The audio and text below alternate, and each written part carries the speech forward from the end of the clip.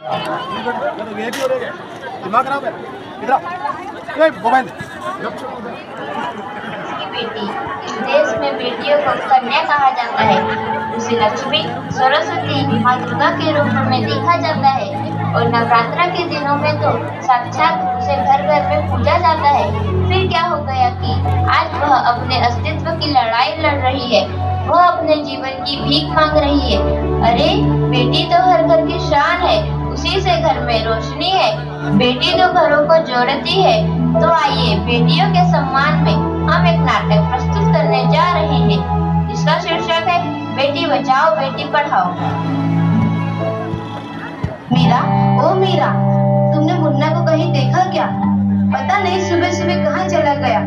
अभी उसने कुछ खाया भी नहीं, दूध भी नहीं पिया और स्कूल जाने की तैयारी भी तो करनी है। नहीं माँ, मैंने तो मुन्ना को नहीं देखा। मैं तो सुबह से बर्तन ही धो रही हूँ। माँ, मुझे भी स्कूल जाना है। मुझे पढ़ना लिखना बहुत अच्छा लगता है। मेरा भी दाखिला स्कूल में करा दो ना माँ। ए छोरी, बड़ी है स्कूल जाने वाली, घर के काम काज अच्छे से सीख ले। आगे चलकर यही तेरे काम आने वाले।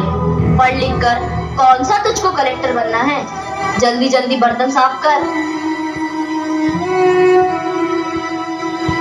माँ जी, मीरा को भी स्कूल में दाखिला दिला दीजिए ना, उसे भी पढ़ना लिखना जरूरी है।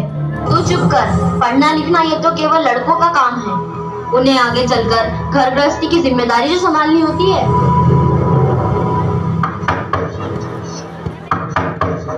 अरे क्या हो रहा है? कौन किसकी जवाबदारी संभाल रहा है और हमारी मीरा बेटी क्यों रो रही है? देखिए ना डॉक्टर दीदी, दादी मुझे स्कूल ही जाने नहीं देती। कहती है तुझे पढ़ लिख कर क्या करना है, आगे चल के चूल्हा चौका ही तो संभालना है। अरे यह तो बहुत गलत बात है माँ जी। क्या आपको नहीं लगता कि हम बेटियां भी पढ़ लिख कर आगे बढ़े? आज समाज बहुत आगे बढ़ गया है माँ जी। आप किस दुनिया की बात कर रही हैं? हम 21वीं सदी में जी रहे हैं। मैं आज ही टीचर दीदी से बात कर मीरा का दाखिला स्कूल में कराती हूँ।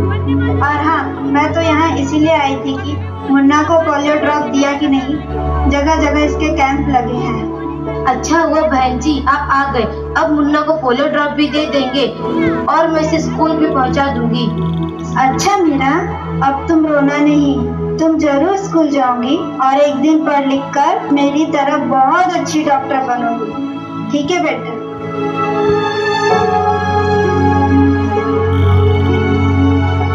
बहू, जरा एक गिलास पानी तो लाना।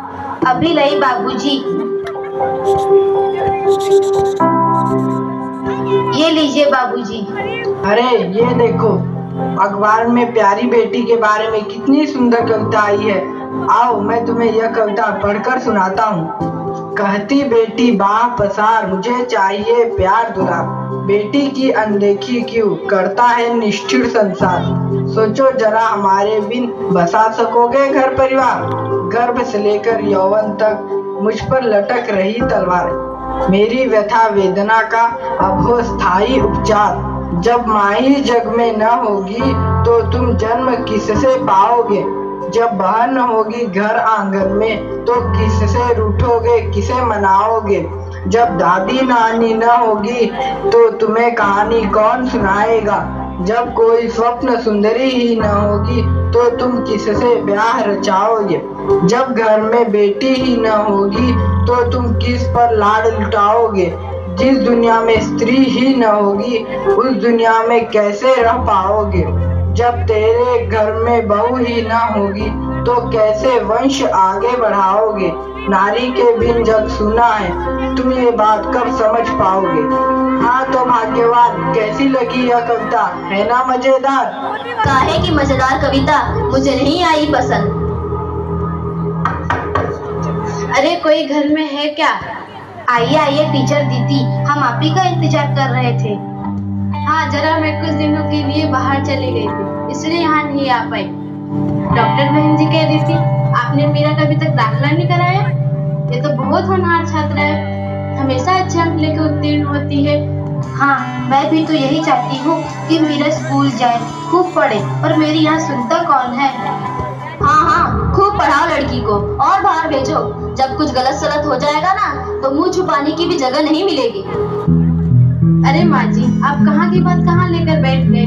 मीरा को 10वीं तक तो पढ़ाई पूरी कर लेने दीजिए, आगे की पढ़ाई के बारे में बाद में सोचेंगे। हाँ टीचर दीदी, हम मीरा को अवश्य स्कूल भेजेंगे। मैं उसे मेरे जैसा अनपढ़ नहीं रहने दूंगी, उसे खूब पढ़ाऊंगी। कल मीरा को तैयार रखना, मैं उसे लेने आऊंगी। क्यों दादाजी, सही कहा ना मैंने? हाँ हाँ बेटा, बिल्कुल सही कहा। मैं तो कब से कह रहा हूँ कि मीरा को भी स्कूल जाने दो। प्रणाम दादाजी। प्रणाम बेटा।